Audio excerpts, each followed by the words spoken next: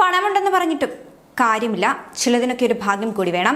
20 വർഷമായി ഒരേ കിടപ്പാണ് സൗദി അറേബ്യയിലെ Al Waleed bin Khalid bin Talal എന്ന രാജകുമാരൻ. ലോകത്തെ ഏറ്റവും വലിയ കോടീശ്വരന്മാരിൽ ഒരാളായ അൽ വലീദ് ബിൻ തലാൽ രാജകുമാരന്റെ സഹോദരന്റെ മകനാണ് ഇദ്ദേഹം. ഇക്കഴിഞ്ഞ ഏപ്രിൽ 18-ന് രാജകുമാരന് 36 വയസ്സായി.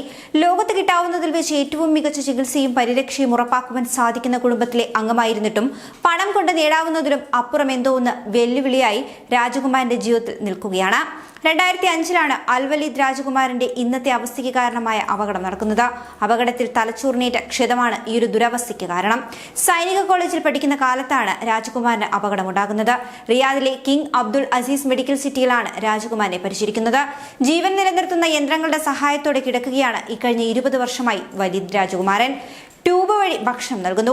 വെന്റിലേറ്ററിൽ നിന്ന് മാറ്റിയാൽ മരണം സംഭവിച്ചേക്കാം. അപകടത്തെ തുടർന്ന് തിരിച്ച് ജീവിതത്തിലേക്ക് വരാൻ പറ്റാത്ത വിധം പരിക്കേറ്റുവെന്ന് ബോധ്യമാകുന്ന വേളയിൽ വെന്റിലേറ്ററിൽ നിന്നും നീക്കുവാൻ ഡോക്ടർമാർ ആലോചിച്ചിരുന്നു. എന്നാൽ പക്ഷേ ഇദ്ദേഹത്തിന്റെ പിതാവ് തടഞ്ഞു. ദൈവം തന്റെ മകന് മരണം വിധിച്ചിരുന്നുവെങ്കിൽ അന്ന് തന്നെ ഖബറിലേക്ക് എത്തുമായിരുന്നില്ലേ എന്നാണ് പിതാവ് ചോദിച്ചത്.